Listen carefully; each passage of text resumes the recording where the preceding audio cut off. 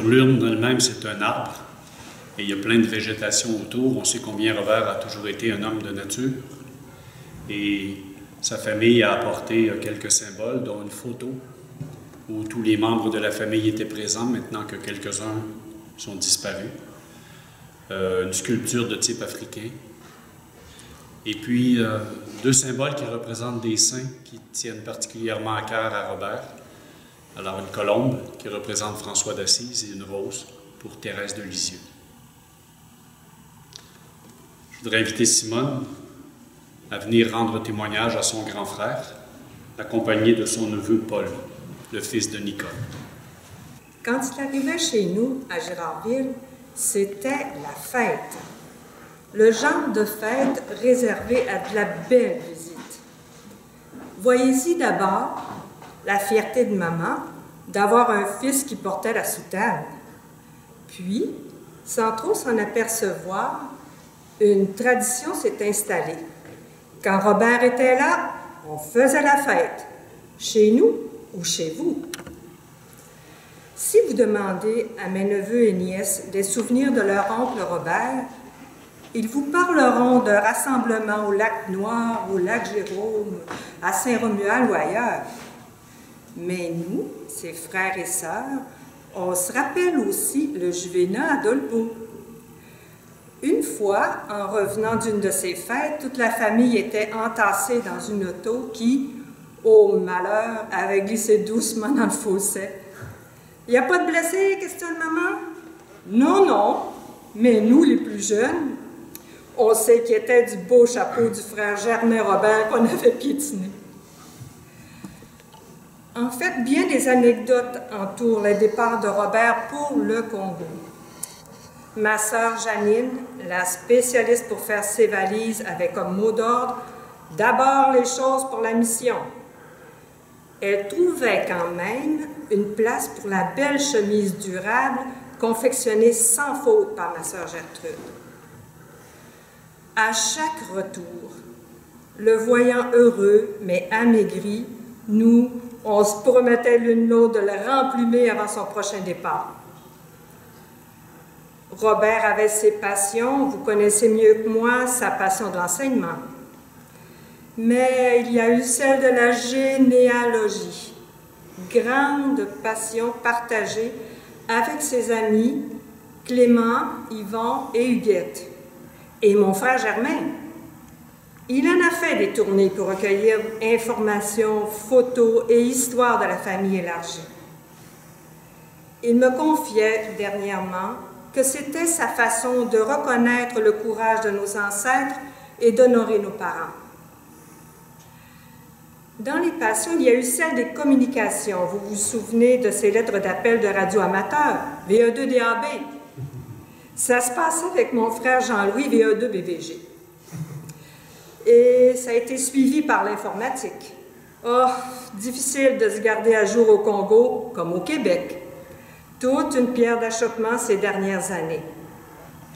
Robert aimait la technologie pour les services qu'elle peut rendre, tout en étant irrité par l'obsolescence du matériel. Ceci nous amène au « Ah, ça peut toujours servir ». Ah, il y en avait des boîtes de ci et ça. Aussi des cahiers, des notes. À travers ces agendas, ces écrits, on retrace sa vie pratiquement au jour le jour et plein d'informations sur notre famille. Lise, te souviens-tu que Blandine Lagagnère était ton professeur de 3e année en 1952? Robert aimait aussi le plein air. Le bonheur était de manier un râteau, une brouette et de respirer la belle nature. Celle-ci l'apaisait toujours, lui permettant des moments de grande plénitude. Ce sont les mots qu'il a pris pour me décrire ses dernières petites sorties au bord de la mer à Chédiac. Témoin de bien des difficultés au sujet de l'argent, des guerres de pouvoir, souvent indigné par la pauvreté, la misère l'affligeait. L'an dernier, après sa retraite, il me partageait ces mots de l'abbé André Beauchamp. Le contraire de la pauvreté n'est pas la richesse, mais bien la justice, l'équité, la solidarité. Mon frère n'avait pas d'argent, mais il était riche de ces belles valeurs. Observateur sans jugement, Robert était un homme qui ne se regardait pas vivre. Il assistait les autres d'un regard compatissant. Quand on parle de lui, son regard bienveillant m'habite et j'entends encore son discours affectueux teinté de cet humour si particulier. Nous, de sa famille, avons grandement profité de son humanité.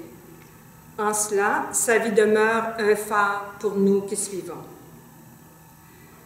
En terminant, nous, la famille, tenons également à vous remercier, vous, ses supérieurs, amis et confrères, qui avez vécu auprès de lui toutes ces années, sans oublier le personnel de vos maisons, dont nous avons souvent remarqué tout le dévouement.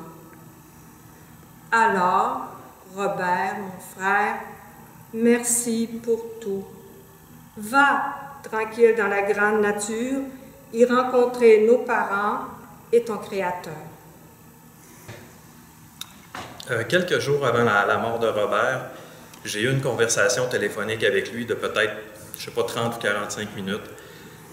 Et sur ces 45 minutes-là, il en a passé à peu près 42 à me raconter tout ce qu'il regrettait de ne pas avoir eu le temps de faire.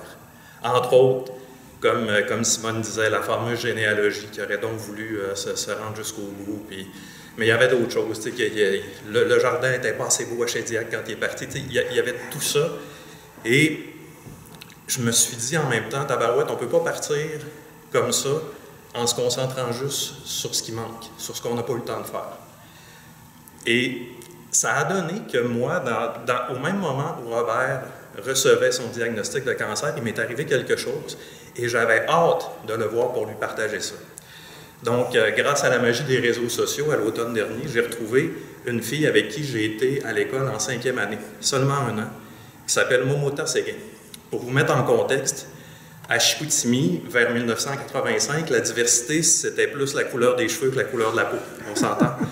Donc, Momota, en fait, m'a écrit parce qu'elle se souvenait de moi, parce que j'étais le seul enfant de toute sa classe de 5e année qui spontanément n'était pas allé y poignasser les bras ou bien les cheveux parce qu'on était étonné de voir un enfant à la peau noire, parce qu'on n'avait jamais vu ça. Ça a créé une réflexion, en fait, puis c'est ça que je suis allé dire à Robert. J'ai fait la route de Sept-Îles jusqu'à la Prairie, quelques jours avant sa mort, pour lui dire ça. Je me suis rendu compte, en fait, qu'en 5e année, à cause de mon oncle, bien, pour moi, les Noirs, c'était des gens comme les autres. C'est une réalité que je connaissais, j'avais vu des photos, j'en avais entendu parler. Donc, quand cette jeune fille-là est arrivée dans ma classe, pour moi, c'était juste un enfant comme les autres. Je l'ai accueilli comme quelqu'un dans ma classe, alors que les autres ne comprenaient pas ce qui était en train d'arriver. Puis ensuite, quand je suis arrivé au secondaire, j'étais conscient qu'il y avait des gens dans le monde qui avaient des besoins. Puis que nous, dans le fond, c'est dans un pays riche, c'est des difficultés qu'on n'avait pas. Alors, spontanément, je me suis inscrit dans les groupes de jeunes du monde pour faire des projets de volontariat, ramasser de l'argent, ramasser des fonds. Puis c'est là que j'ai découvert que j'avais du leadership, que quand je parlais, les autres me suivaient, que j'étais capable d'organiser des choses. J'ai continué ça au secondaire, au cégep, à l'université. Ça a conditionné mes choix de carrière. Même quand je suis dans ma vie professionnelle, je me suis retrouvé à Sept-Îles, dans une période où il y avait de grandes tensions entre les Inuits et les Blancs. Puis, comme dirigeant d'organisation, la première chose que j'ai faite, c'est embaucher un métis.